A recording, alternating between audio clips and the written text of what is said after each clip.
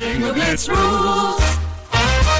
If your bingo has ads in it, that's not a bingo. if it doesn't have the coolest tournaments, mini games, and the most breathtaking design, Nope, not a bingo. if your bingo moment makes you feel so excited that you just want to burst in joy and scream out loud, bingo! Sorry, so you're playing... Bingo Blitz? Now that's a bingo. Discover a world of excitement with Bingo Blitz, the #1 free bingo game. Download Bingo Blitz and play for free. Now that's a bingo. Being a marketer's no sweat. You just have to manage dozens of channels, launch hundreds of campaigns, score thousands of leads, and okay, fine, it's a lot of sweat. Unless you have HubSpot's AI-powered marketing tools to help you do all that and more. Get started at HubSpot.com/marketers. With something like 5 million podcasts, finding a really good one can take a ton of time. So let me recommend one. It's called Something You Should Know. I'm the host, Mike Carruthers, and in each episode, we discuss topics that can be really helpful, like how to read people better, the psychology of crowds, or fun things like the story of Legos, or why you probably wouldn't be here if it weren't for horses. Something You Should Know is the name of it, wherever you get your podcasts.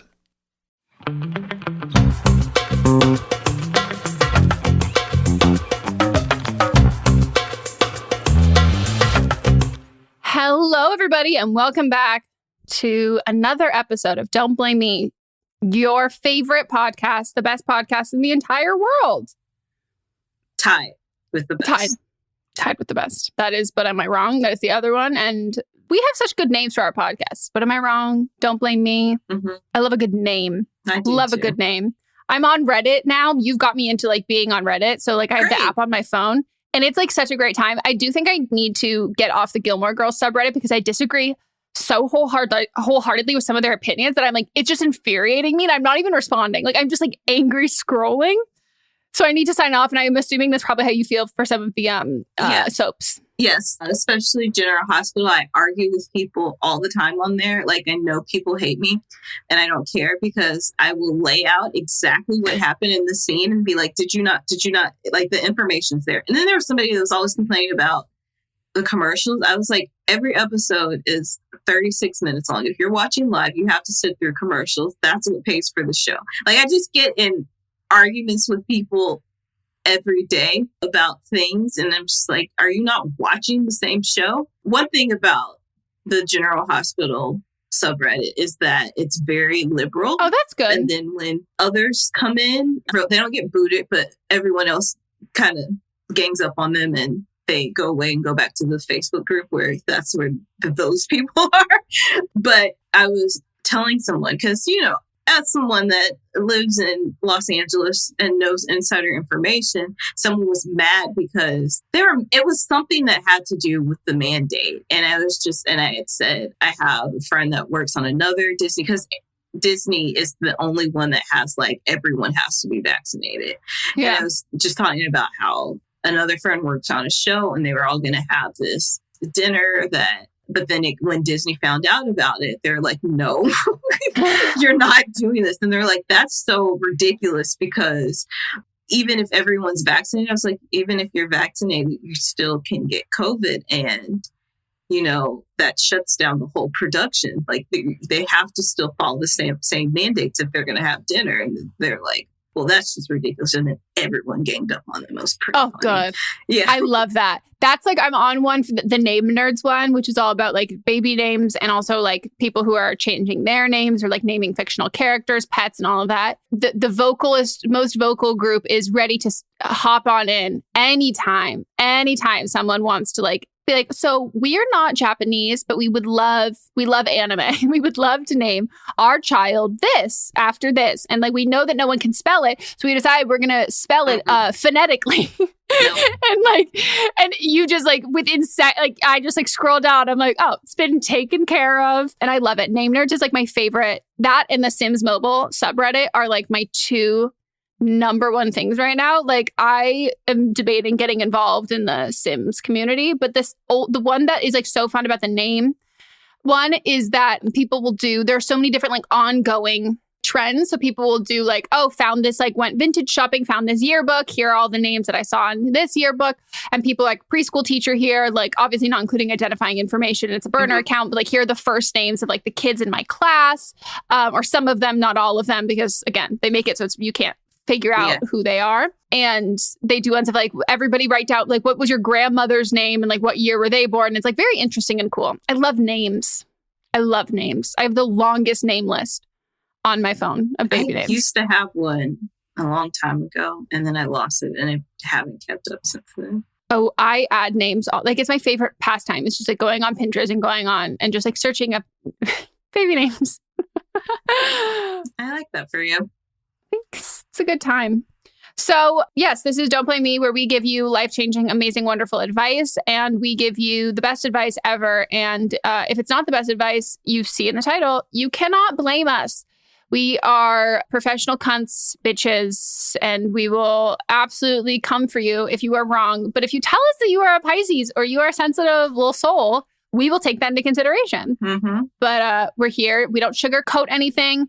We give the advice that we wish to see in the world. We come at this from a place of, I hate using the word tough love because I feel like it was completely co-opted by Kate from John and Kate +8 when she would just like punch her husband in the shoulder like way too hard. And I was like, I don't think it's been co-opted because I never equated the two together. So did you watch John and Kate +8? I watched some of it in the very, very early days when they seemed, they weren't consumed by the fame. Yeah. I was obsessed with that show. And I just want everyone to know that I am mutuals with Maddie on TikTok. And I lost my mind. I was like, it was great. Texted Sydney and everything. I was like, Maddie from John and Kate +8 followed me back. This is the greatest day of my life. I just love her. Yeah, if you want to call in for an upcoming episode, you can leave us a voicemail at 310-694-0976. And international listeners, you can send us an audio message at meghanpodcast@gmail.com.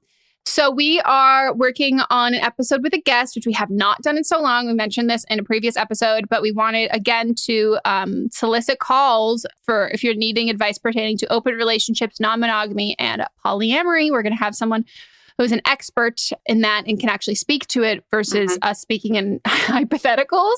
So this is the time. We like to obviously include a variation of calls on our show when it's just us, but specifically when we're going to have somebody who has experience in that, we want to get as many calls for this as possible. Yeah. And she's pretty cool. Pretty good. When we say who it is, you're going to be like, whoa. I told Mott's. Mott's was like, whoa. I was like, I know. I sounded like Monica there.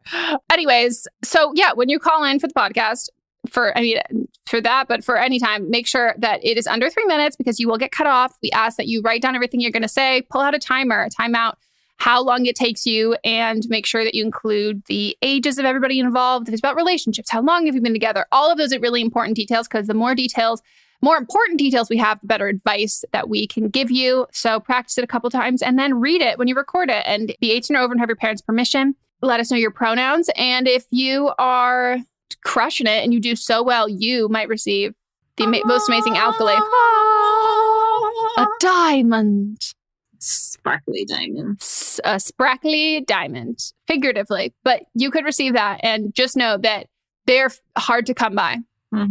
Before we get into the rest of it, make sure if you want to, you don't make sure, but like you can. We also do video versions of this podcast on Patreon, as well as live streams twice a month. So support the show so we can keep making it.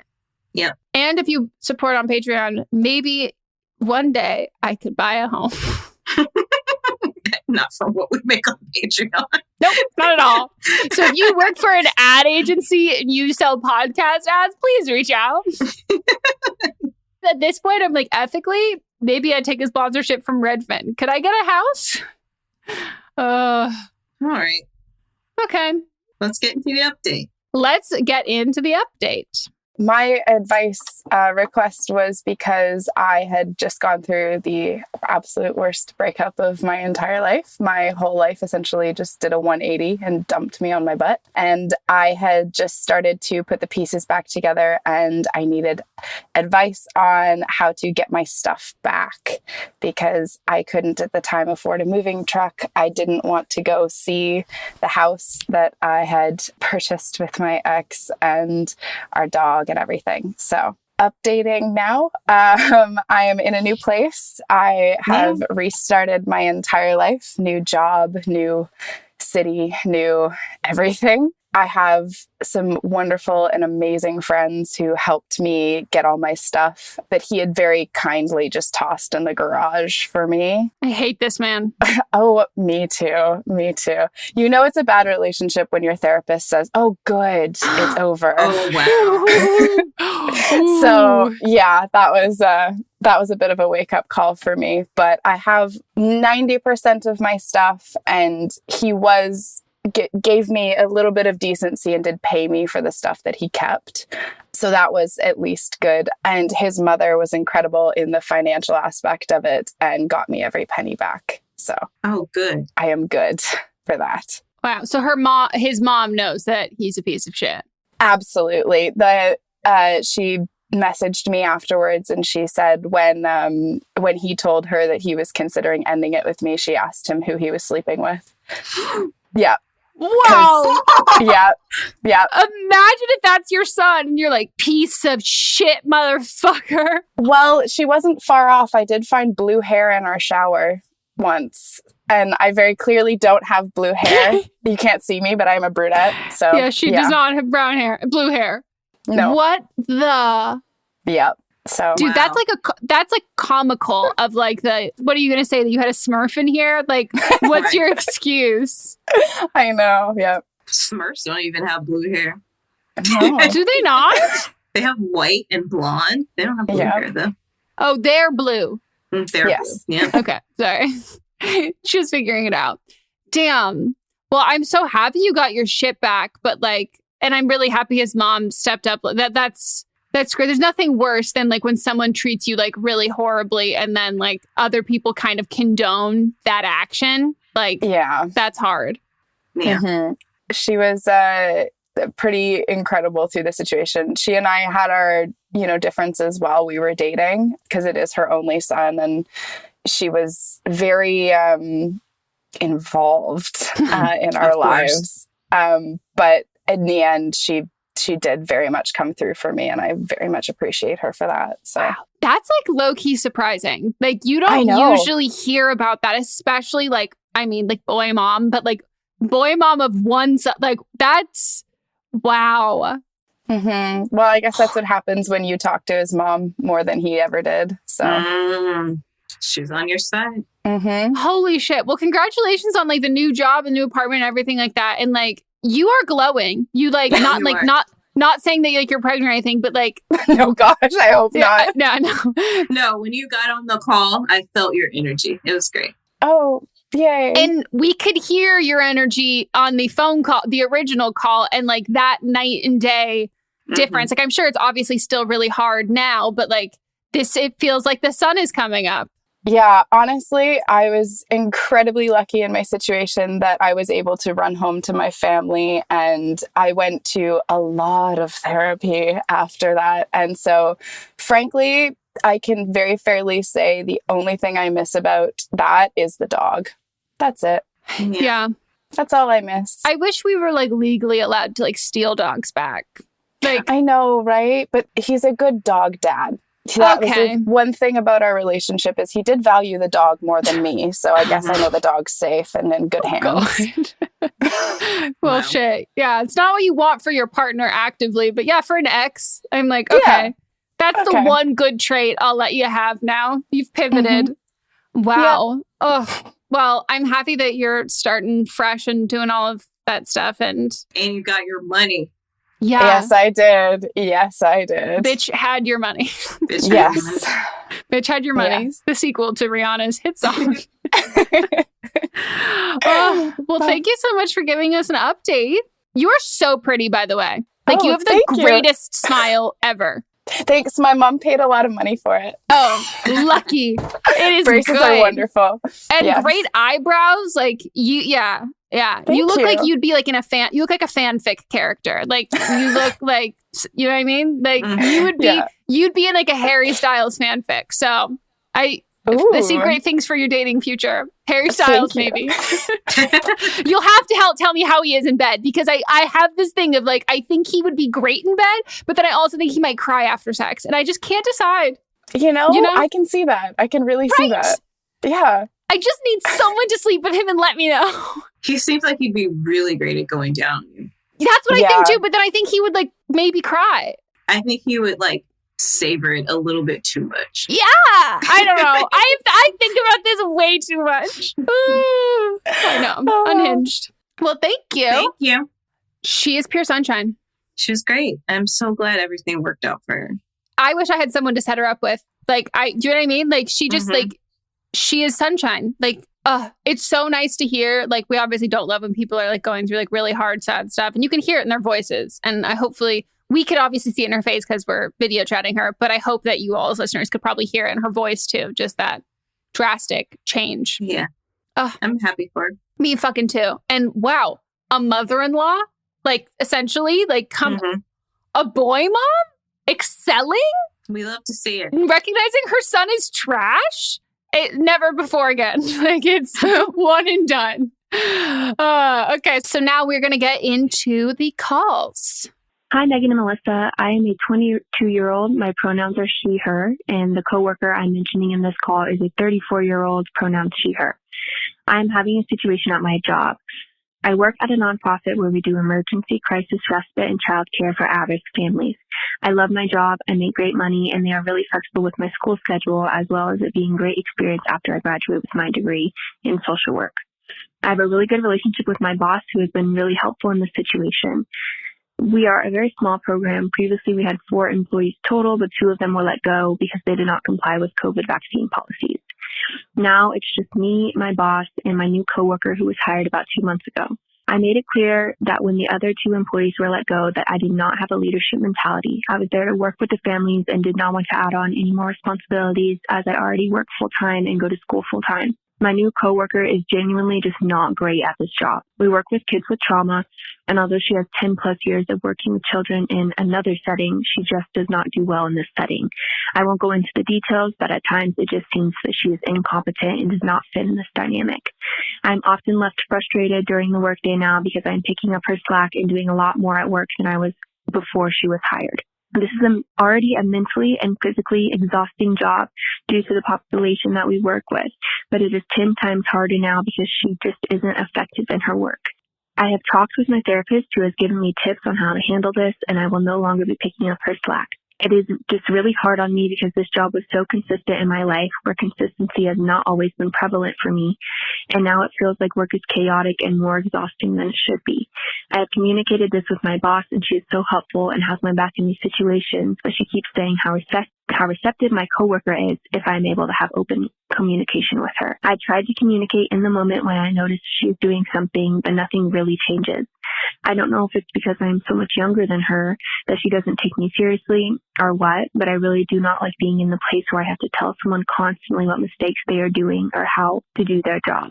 I love my job so much, but it has gotten so exhausting being there. We have been hiring for months, but no one is applying because of the workforce situation at the moment. I don't know what to do, and I don't want to find a new job, but I'm also tired of being in this situation and nothing changing. Any help would be so appreciated. Thank you both. Love the podcast.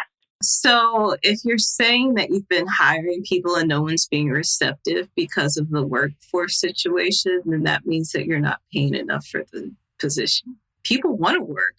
I missed that part. Yeah. I thought it was that the 2 people who quit was for COVID. They quit for COVID. But then at the end, she said, because now they've hired 1 person. So then now they're still doing the work of 3 people with 2 people. So then at the end, she said, we're trying to hire, but people haven't been receptive because of the whole workforce situation. Oh, yeah. Well, yeah, no, that's not an asshole. That's like the fact. Like there's not a labor shortage. There is a fair wage shortage. Fair, compensation and benefits. Yeah. And I think that like this can be like, you've described this as like, this is like a really wonderful, great job for you at 22 when you're doing this full time along with school full time. This is going to help your other career, all of that. But like, these are other people's career is this. And like, it does seem like if you're not able to find people, that is your team and your boss needs to reassess like what it is that you are offering for people.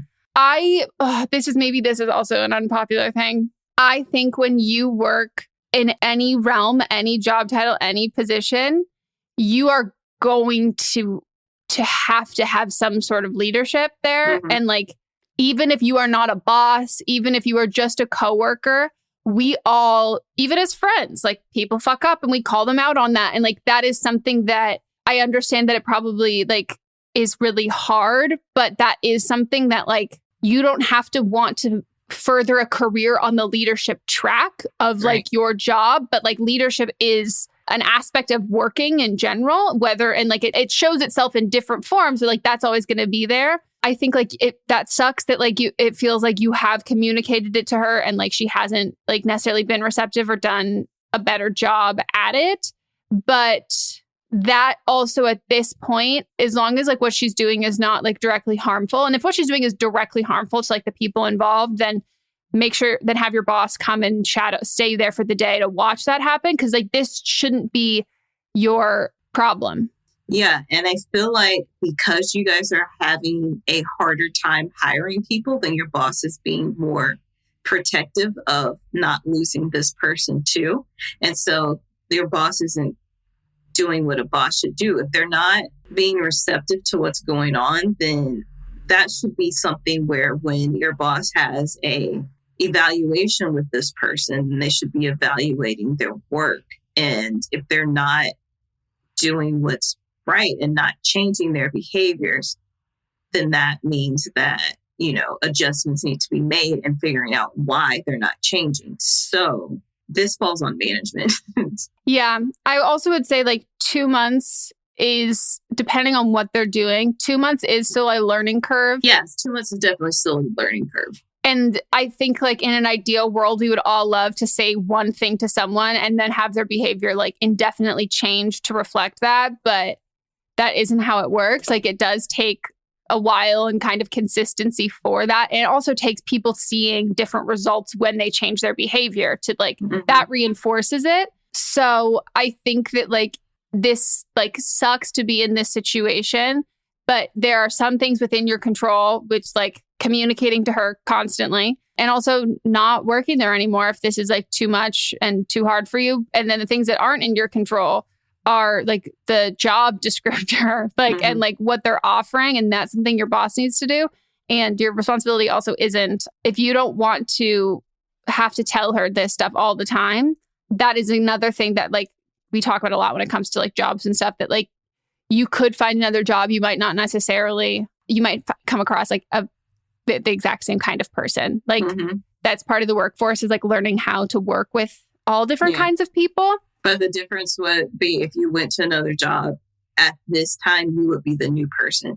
And I think most jobs have like a 3-month probation period anyway, and she's not even in that 3 months. So she's still learning. You got to be patient. Yeah.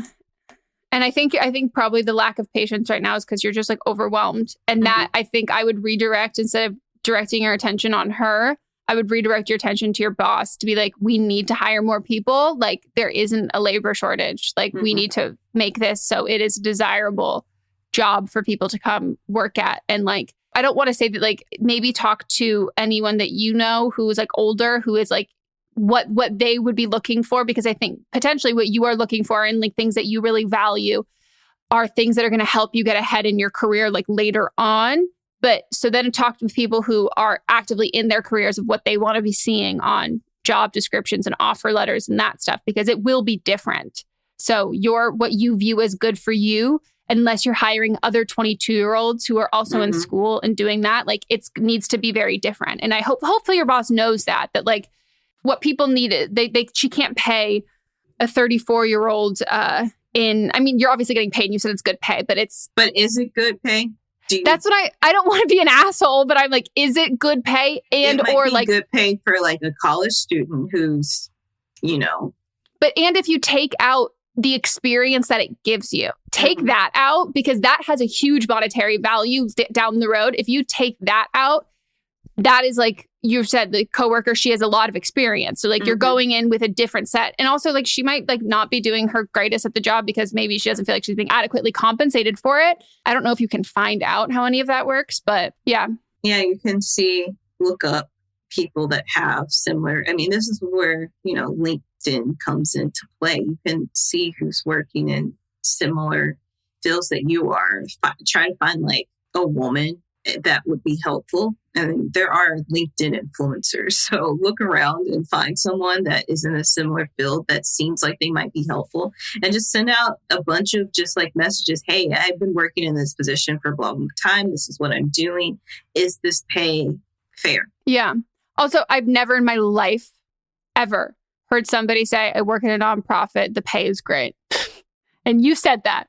And like, and as somebody whose parent runs a nonprofit, I'm like, that like, so yeah, nonprofits have like, they do such great work a lot of the time, but they have a really, sadly, because our government does not help out with this kind of stuff, that it's like they have a very bad reputation of requiring so much physical and emotional labor from their employees without accurate compensation for all of it they're doing. And it's like extremely overworked, and it plays on your heartstrings and like your morality and all of that stuff, that like you end up sacrificing a lot of like your needs because of for the greater good, when in reality, like that's counterproductive.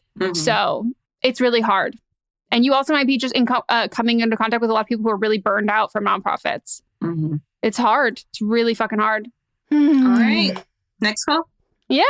Hi, Meghan and Melisa, and maybe guest, because you just announced your first podcast back since the pandemic with a guest this week. But anyways, I'm 20. I use she, her pronouns, and basically I'm graduating from college in June, and I'm graduating a year early. I know it's right for me because I feel like I've really been outgrowing a lot of what the college experience has offered me over the last few years, and especially with COVID, I'm kind of just ready to wrap it up and get out of here. I'm planning to go to law school after at least a year off, and I'm very excited about graduation. I'm not anxious about graduating early at all, but it has led to me thinking through a bit more about my social life. I've never been on a date, I've never had sex, and I've never been in a relationship. I'm not the kind of person who can fake feelings or interest in people. I'm the most easily readable person ever. You can absolutely tell when I'm mad at people. And so it's not like I wish that I'd push myself to date people just to say I was in a relationship or like have the experience. And I'm glad I listened to my boundaries.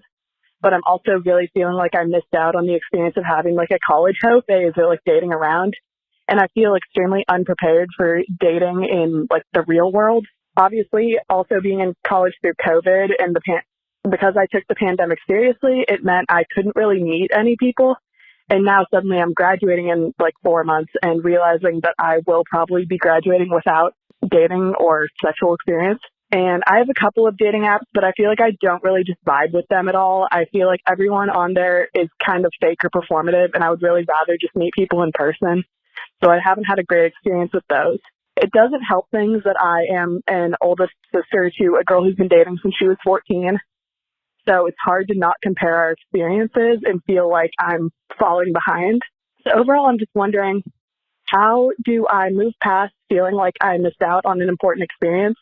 And how can I get past the anxiety of people in the real world beyond college, just like judging my lack of experience? I have a little bit of time left, so thank you. I've been listening since my senior year of high school. You guys have gotten me through, and I am a Cancer Sun, Leo Moon, Libra rising.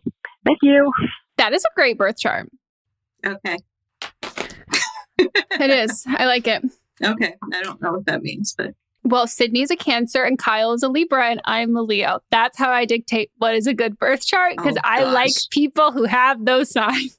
Okay. Okay. This might be like, I don't know. I think I'm going to probably figure this out as I'm talking about this. Okay. Because I will say I dated in middle school, high school, had sex when I was in high school, had sex in college a bit, but I was only in college for a year. I very much feel like I missed out on that college hoe phase. I've like never really, besides like high school, and even then, like, how much can you call it a hoe phase when you've known people since you were a child? Like, I've never really had that. And I definitely felt like I was unprepared. Like, I felt like I missed out on that.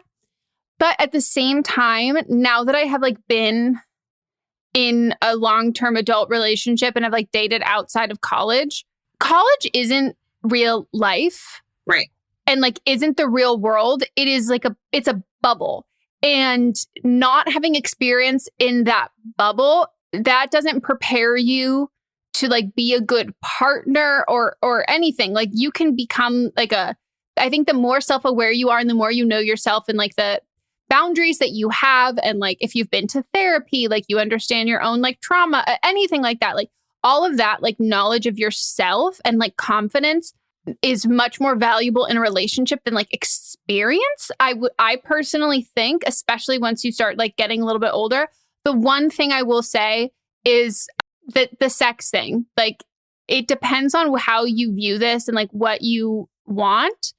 But I think that this might be unpopular, but at least for the people that I know, if you didn't have sex in high school, you were probably a little less likely to have sex in college. And if you were less likely to have sex these are like my friends. And if you were less likely to have sex in college, then by the time that you're out of college, it can feel like, oh shit, I haven't necessarily been like waiting or holding out for something. It just like hasn't happened. And then you have to decide now, however that happened, that you never had sex with anybody, you have to decide what you want that experience to be like.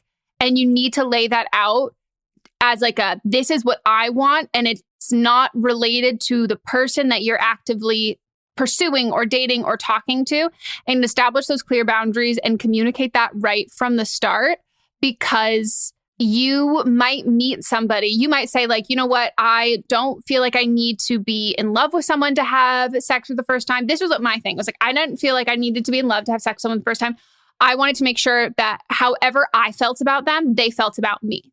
So I was like, either it's going to be like, what we're friends and we're like, there's no miscommunication there. We're both feel the same way. I don't want the person I have sex with the first time to like me more than I like them. And I don't want me to like them more, like all of that. So figure out what you want in that sense, because I think it's important right off the bat when you are communicating, if you are looking for a relationship versus if you are looking for something casual, you go about those two things differently.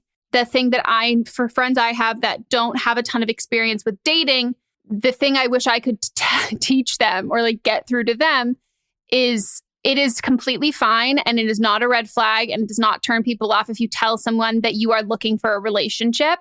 But if you tell someone you are looking for something casual, it's not going to become a relationship. Like people, when you start dating someone, you know what you want for you. Doesn't mean that it's going to be with that person, but you have to know what you want for you going into it.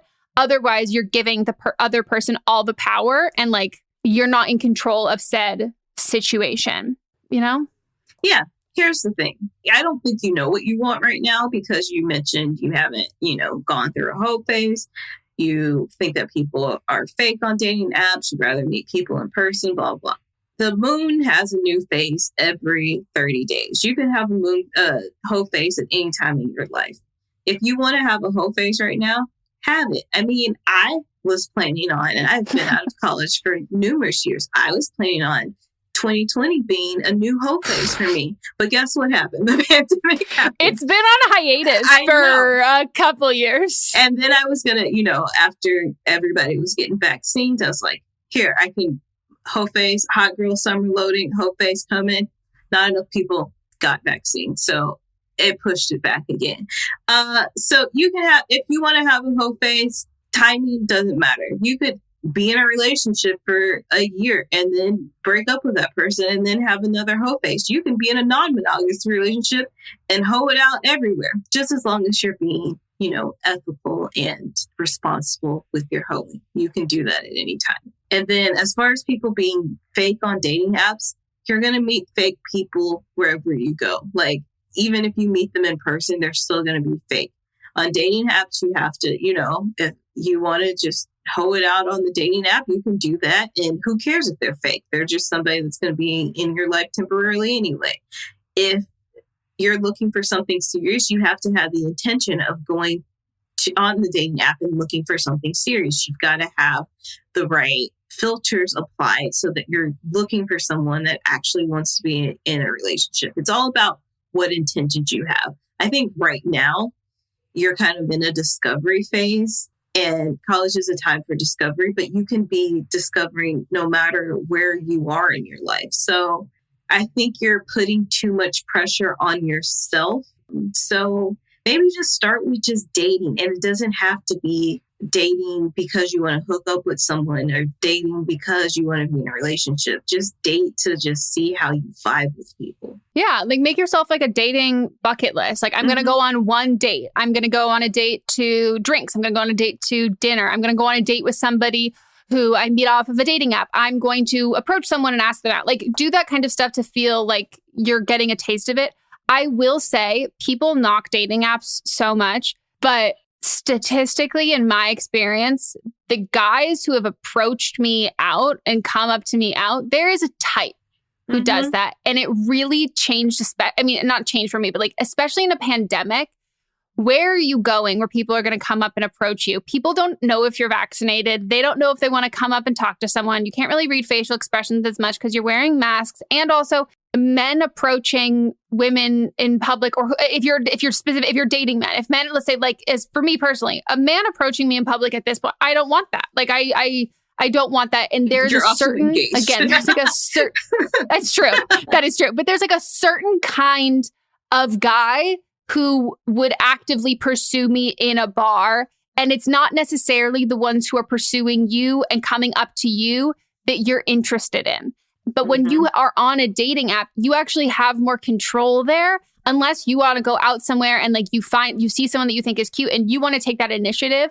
But when people talk about like they romanticize the idea of meeting someone in public or meeting someone in person, you have to make sure that you have the exact right circumstances set up in your life that can happen. So you're going to go do things alone. But then again, there's like a safety issue there.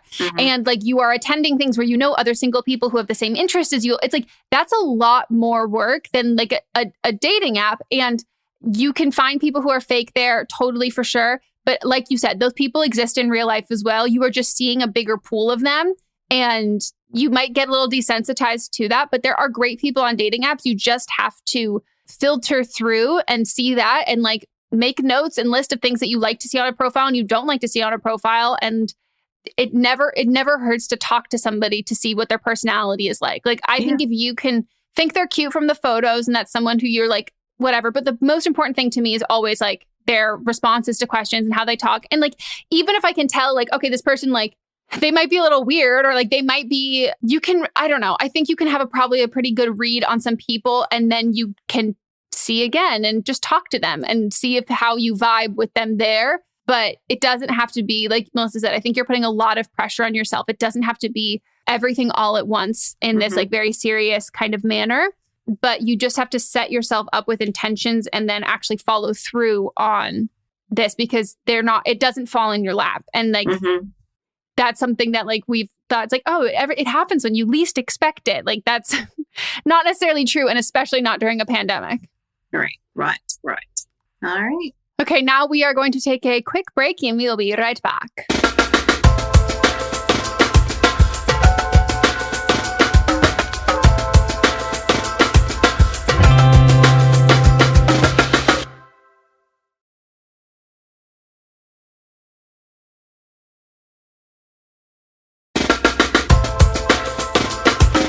We're back from the break. Roll the tapes.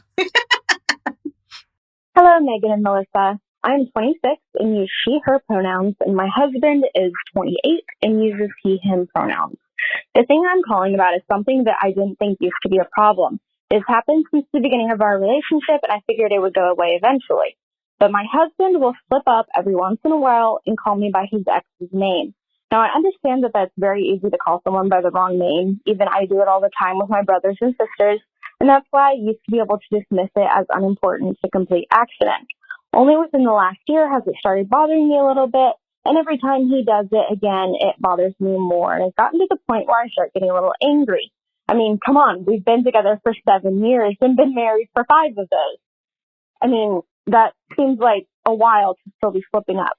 Just a side note, my mother-in-law, his mom does the exact same thing, but I won't even get started on the toxic relationship with her. That's maybe a story for another time. But anyways, I've mentioned it to him before, and said that it started bothering me. He apologizes profusely and says that it was a complete accident and a slip of the tongue and that he totally didn't mean to. He seems very sincere when he says it, and he looks like he feels really bad. When he's in the middle of saying the wrong name, I can see his eyes kind of widen like, oh crap. So I generally don't think it has anything to do with him selecting his ex or anything. In his defense, everything about our relationship is amazing besides that. And to be fair, both my name and his ex's name both start with the letter S, so I can understand how it might be a little easier to mix them up when you're not paying attention. And also, this is a man who can't even remember the year I was born sometimes and has to ask me to make sure he gets it right. I'm just really looking for your advice on this and how we should move forward. Like I said, it hasn't started bothering me so recently, and it doesn't even happen that often, maybe like once a month. But I know myself and my own mental health, and when something like this happens, the more I get upset about it, the more it starts bugging me, and until it blows up into a huge mess. I'm trying to catch it before that happens because I don't want this to turn into a huge deal that fucks up our marriage. So what do you think? Is this something that can even be worked on since it's not something he's doing on purpose? I literally don't know what to do about it. Maybe if I tell him he just has to start calling me baby all the time and he won't use my name, maybe that'll clear up the situation. I don't know. But anyways, I look forward to hearing what you guys think. Thank you so much, and I love your podcast. I don't think you're looking forward to what we're thinking. I'm just like, 7 years is a long ass time to be with someone, and they're still calling you their ex's name on accident. I am pessimistic. The only way I can fathom this still happening at least once a month for the last 7 years is because he says that other name a lot. So does his mom. So whether that means that they talk about her, he talks about her with other people a lot, or they are still in contact. This is weird. Mm-hmm. Like so one of my friends, her partner now has a name that is one letter off from like her other long-term partner. And I made such a like clear point when talking with Mott's when like, I'm like, we cannot say the wrong name. And like, we just can't do like, and like, we actively think that and work on that. And that was like the first beginning. And we weren't dating this person. Like it was just friend of, and that way I don't have to think about it anymore. It's just immediate, quick, easy. This is a very large red flag to me. And also like if your names start with an S, like what? Sarah, Savannah, like I'm not seeing like, I think Melissa, Marissa, that is something that I'm like, okay, similar, like how those, but like what would an S name be? Sarah, Syra, when it's the same name, but like different origins. Yeah, origins. But either way, I couldn't even tell you half the people I dated 7 years ago. Like, how long were they together? Were they like childhood friends? Is this someone that's still in his life? Is his mom still talking to this person? It has to be. I just don't understand how this is still happening. Because you have been dating him since he was 21 years old. Mm-hmm. So that means that it was either a college girlfriend or a high school. And like, if their relationship was not longer than your relationship and they didn't like grow up together, like that to me is the only realm. And then like, it's also his sister's name or it's also like a coworker's name. Like it's a name that is popped up in his life every single day from a different person. And in conjunction with that, they also have dated from the time that they were like 5 years old until they were like 19 or 20, because that's the only way I could see this happening. Yeah. In a way that's not sad. Yeah. What's the advice here? The advice here is I have two very different things. Did he play football? Is he have memory issues in general? If so, I would go to a doctor and I would talk to a doctor about that for him, because if it's progressively getting worse, if this feels like, because what you're saying is it feels like it's so unintentional. And the second he hears it, when he says it, it's like, that's not what he means. Like, Whoopsie. he's like, oh shit. And that, if it's a brain thing, they go to the doctor and or Snoop. Like, I'm like, brain or Snoop, and like figure out what that is and like break it down. And maybe I'll just ask, like, why? Like, why do you think this is? Like, do you have a coworker with this name? Like, when's the last time you talked to her? Like, this just feels like we've been dating for so long. How is my name not the first one you automatically say? Yeah. So yeah, just get down to the root of it. I don't think him calling you baby is going to be any improvement. No, I think that's putting a Band-Aid on it. Ah, look at us. Hey, look at us. But yeah, no, I agree. I think that like there is an issue here and you need to get to the root of the issue. It's like, this is not, I say wrong things all of the time. My brain is all jumbled, but I also know that. Do you know what I mean? Like, I don't do this, but I'm also like aware that like I'm neurodivergent. Like I have brain stuff. I stumble over words all the time, as you hear in this podcast. I mess things up, but like, in my brain, it seems right until I hear myself talking. But yeah. Because it's either that he can't change his behavior and like he's trying and it's not working. That's something that like doctor, like that is get a doctor involved. Or he's not trying because she's still in his life or is being talked about a lot, and or he has multiple other people in his life with that name. But this would piss me off to no end. Yeah. And like Mott's has an ex who has a name that starts with the same letter as mine. I would lose my mind. I would be like, I'm sorry, what did you say? Like, I would not be as chill as you've been with this for like literally 7 years. Sorry. This would drive me wild. Next call. Let's do it. Hi, guys. I was just calling in. I have kind of, I guess it's a silly situation. It's not like super serious, but it's really been bothering me because recently I was looking for a picture in my boyfriend's phone. Like, he was literally sitting next to me when this happened, and I was looking for something he told me to look for when I was driving, and it was like saved in his Snapchat memories with one of his like female friends, like girl. I don't like the word female, but saying girlfriends is kind of confusing. But like girl space friends that he used to be friends with, but he had saved a picture in their Snapchat and he knew that's where it was.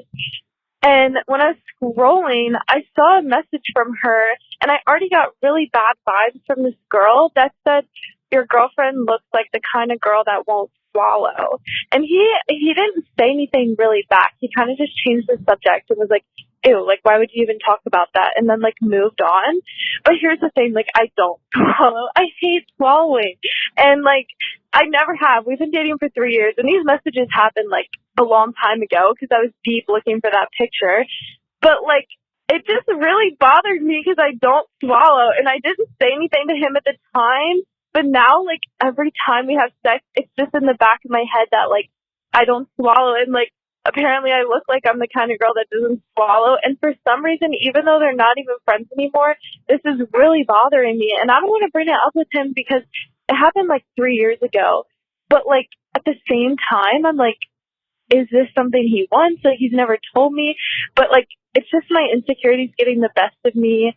And I've had guys make fun of me for not swallowing before. And there's such like a stigma around it. So like, how do I like accept that? And then also, how do I get over this, like, I guess, insecurity that this has caused? Because it's really affecting me, even though it's kind of a little thing. So yeah, that is my little situation. I hope you guys can help. Thank you so much. You're the best. I'm so sorry for laughing. I'm not laughing at you. I'm just laughing. I just don't think you, caller, understand. Like, this is the situation. Like, it's not silly. Like, I totally understand this. But, like, this is like it was written on an episode of Modern Family. If Modern Family was NC-17. Like, to be like, even just the way you said it was like the message said that, like, you don't swallow. And I felt into I don't swallow. She's a good storyteller. You're a great storyteller. You can have a diamond for that. It's just like, maybe your boyfriend felt uncomfortable, and it was a long time ago. Like, he felt uncomfortable, and so he changed the subject because it was uncomfortable. So that's why he didn't say anything. The fact that she said it and sent it, but I could see, like, at the beginning of the relationship when my guy friend's dating someone, I could see saying that, like, in a joking way. Yeah, it's not necessarily as an insult. It usually just means that, like, you look like really like good, like clean cut and or like good. And like, it's a stereotype that it's like, I don't necessarily know if I look like someone who swallows, but like when you think of the air, like the look of being like, oh my God, she like, it's someone who is like think of like Mr. Rogers. Like, you can't picture Mr. Rogers having sex. Like, it's so wholesome. And like, there is something about that, but like, it is kind of the male alternative is like, what is that? Like, I picture a guy who like doesn't go down on you. But like, it equates like swallowing as being not swallowing being like a bad thing, which it's not. I don't swallow because I don't like the consistency of Jell-O. Like, I don't like that feeling in my throat, even like the liquid Jell-O before you put it in the refrigerator. I don't like that consistency. So I thought this was funny, but I also don't take offense to it. See, this is the thing though that I feel about, like, I also don't like. But you don't like the mess though. I don't. Yeah. And I don't want to keep it in my mouth. So like, it's in my mouth. I don't want to swallow it as fast as possible. Like, that's, it's not like that. Oh my God. Mine is more like, oh, I'm going to throw this up if I swallow. Oh yeah. Mine is like, if I have to keep this in my mouth any longer, I'm going to be really sicked out. And so like, just swallow it.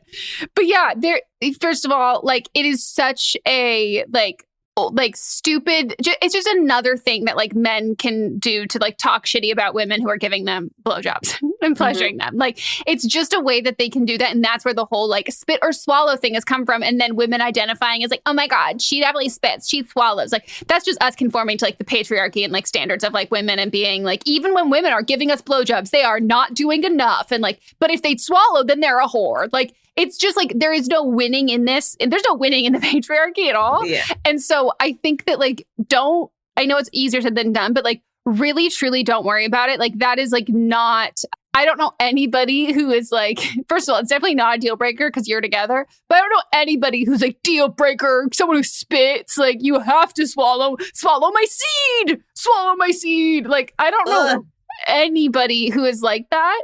And if it is helpful for you to reframe that, like, you don't have to like this girl at all, but that is the patriarchy speaking, and like, that is internalized misogyny, like, from her end, and just hoping that she has learned much more from that, because that's also definitely something I could see myself also saying, and it's not a good thing. Of course, it's not.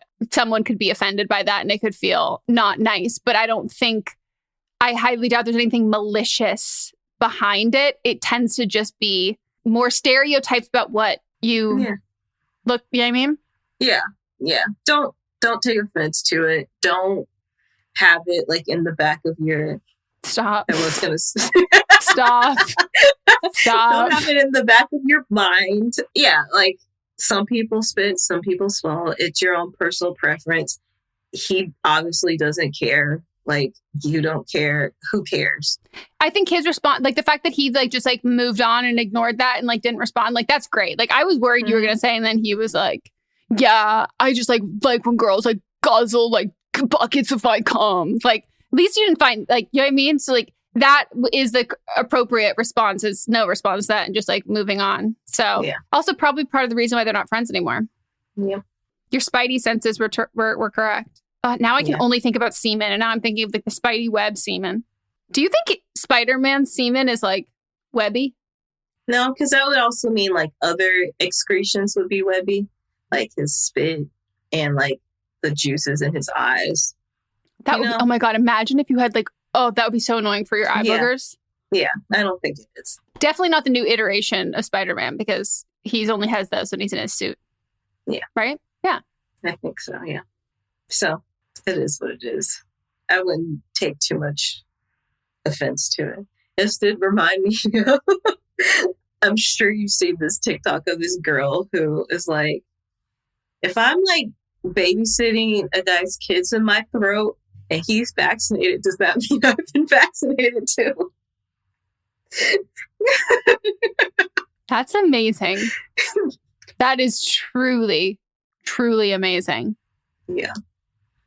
I just do think it is funny that we have this whole stereotype of spit and swallow, but in reality, because it's like, oh, the girls who swallow, they're fast and loose. Like they just want to have, they're just these whores who want to have sex all the time. And people who don't swallow are complete prudes. And you just have me going like, ugh, I just don't want to keep it in my mouth that long. And you're like, I just don't want to swallow. Like, it's so tactical. Yeah. It is not these like tropes that men have created. Mm-hmm. But hey, it's made me think about saying things like this in the future and how I probably shouldn't.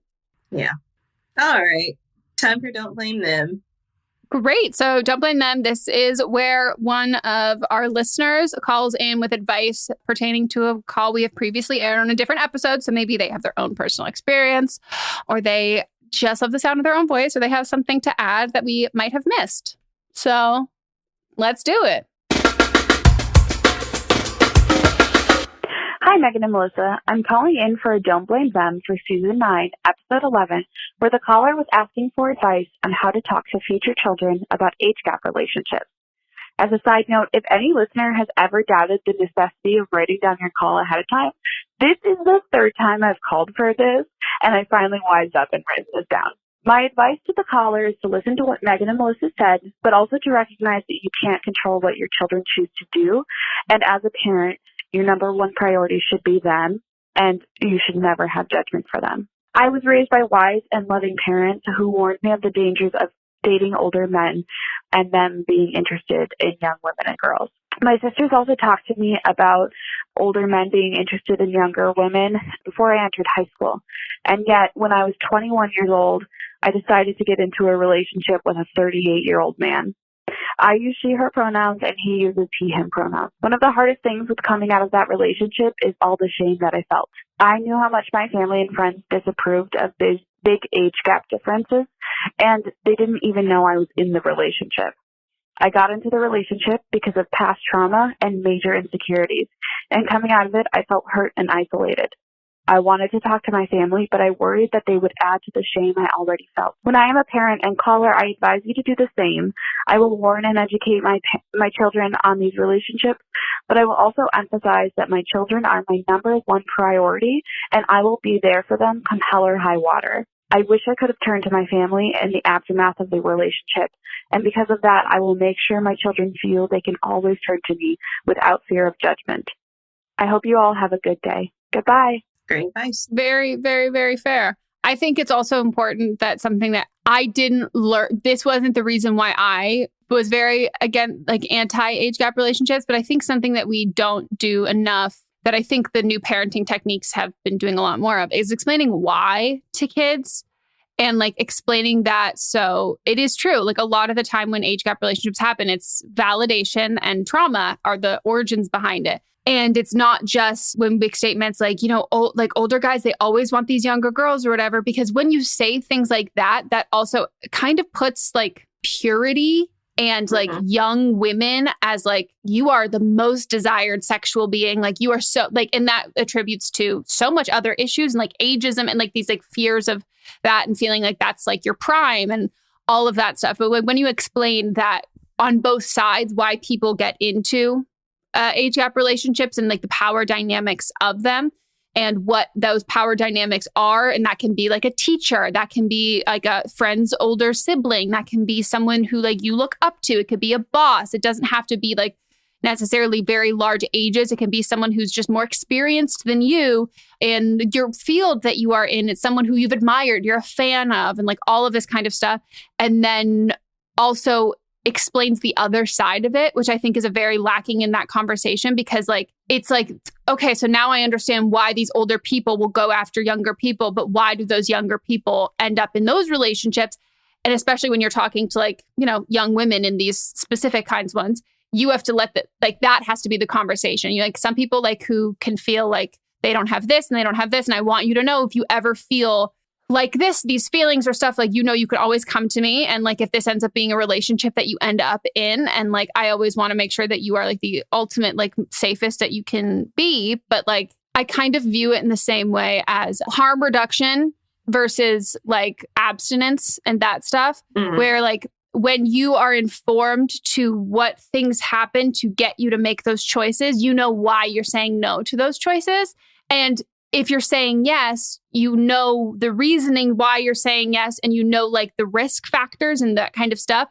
But when you just tell people like no means no, or because I said so, because I'm older than you and all of that, there leads a lot of like gray area of like discovery and questioning of that. And if something you've been told over and over and over again is bad, that's where I think that it can be really hard and people tend to rebel. But what it's not being taught, it's like learning and like understanding and recognizing that. And that I can't imagine that was probably really difficult to not have like family around for that part. And even if you know what you're doing, like family should always be able to be there for you without feeling like there's judgment involved.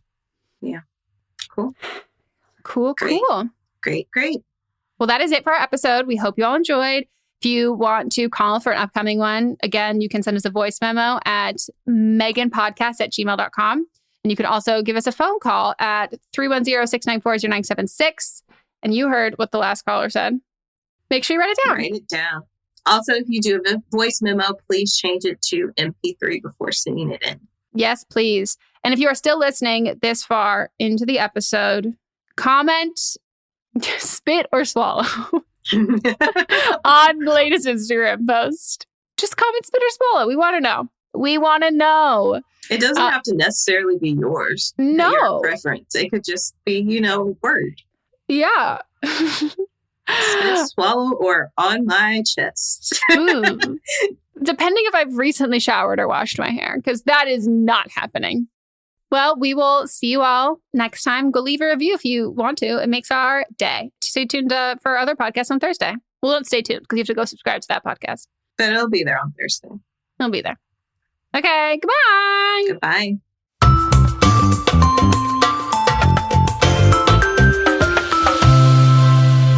Don't Blame Me is a production by me. Executive produced by Melissa DeMonts and Diamond Imprint Productions. Edited by Coco Lawrence. Post-production sound by Chris Henry. Production assistance by Melanie D. Watson. Music by Ryan Hunter and Giacomo Picasso. What's up, everyone? It's Noah Daniels. Hey, y'all. I'm JJ. Hey, guys. It's Kat. And we're your hosts of the Real Hauntings podcast, where we bring on guests who share their first-hand encounter ghost stories and supernatural experiences. Now on to the trailer.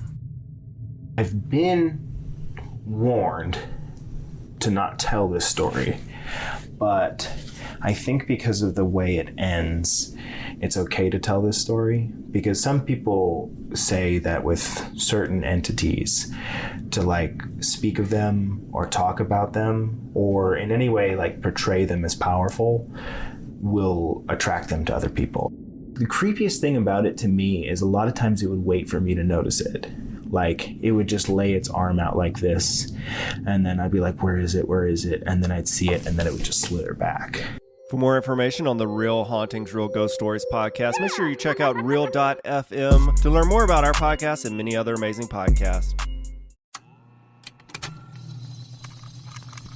Contained herein are the heresies of Radolf Buntwine, erstwhile monk turned traveling medical investigator. Join me as I study the secrets of the divine plagues and uncover the blasphemous truth that ours is not a loving God, and we are not its favored children. The heresies of Radolf Buntwine, wherever podcasts are available. Merry Christmas, everybody. My name is Eric Peterson. I'm here with my good buddy, Danny Jordan. And we are the co-hosts of the Christmas. Let me try that again. Merry Christmas, everybody. My name is Eric Peterson. I'm here with my good buddy, Danny Jordan. And we are the hosts of Christmas Countdown Show. We're so thrilled to be bringing the merriment to you all this holiday season. It's going to be awesome. It's going to be massively merry, gigantically jolly, fantastically festive, as some people might say, Eric. We are all about alliterations, and we are all about Christmas spirit. On Christmas Countdown, we love to count down our top 10 favorite things related to the holiday season. That could be food, movies, music, everything that we all love about this massively merry good time. So wherever you get your podcasts, make sure you click that subscribe button. Eric, are you ready? I am ready, and we hope that you are too. Merry Christmas, everybody. Let's go. It should be like, let's go, ho, ho, ho. Yeah, it should be. Yeah.